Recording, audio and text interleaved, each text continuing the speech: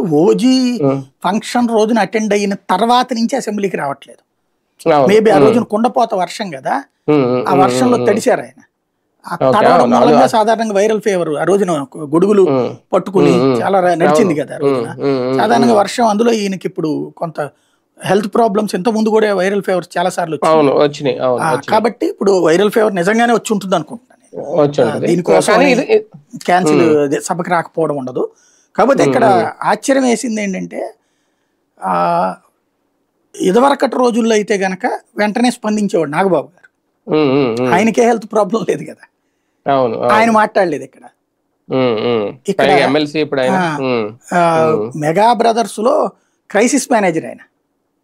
కనీసం ఆయన స్టేట్మెంట్ చిరంజీవి గారు తనకి తాను ఇచ్చుకోవాల్సి వచ్చింది స్టేట్మెంట్.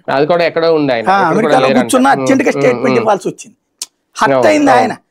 ఆయన హత్య అవుతాడని పరుగులు పెట్టుకుంటూ వచ్చి అందరినీ తిట్టే వీళ్ళిద్దరు, పోనీ చిరంజీవి గారికి ఇదే పవన్ కళ్యాణ్ గారికి ఇప్పుడు వైరల్ ఫీవర్, ఎందుకు స్పందించలేదు మరి? అంటే ఇప్పుడు నిన్న అదేదో ఉప్పాడది ఓ పెద్ద మెసేజ్ పెట్టారు కదా అక్కడ. ఆ తర్వాత కలెక్టర్ కూడా అక్కడికి పంపించారు కదా. తర్వాత ఇంకో దానికి 2-3 ఇష్యూస్ కూడా ఆయన తరపున ఇవి వస్తున్నాయి ప్రకటనలు, ఇదిగో అని. ఇప్పుడు దీంట్లో ఏమి రాల ప్రకటన. ఇప్పుడు మరి ఏమన్నా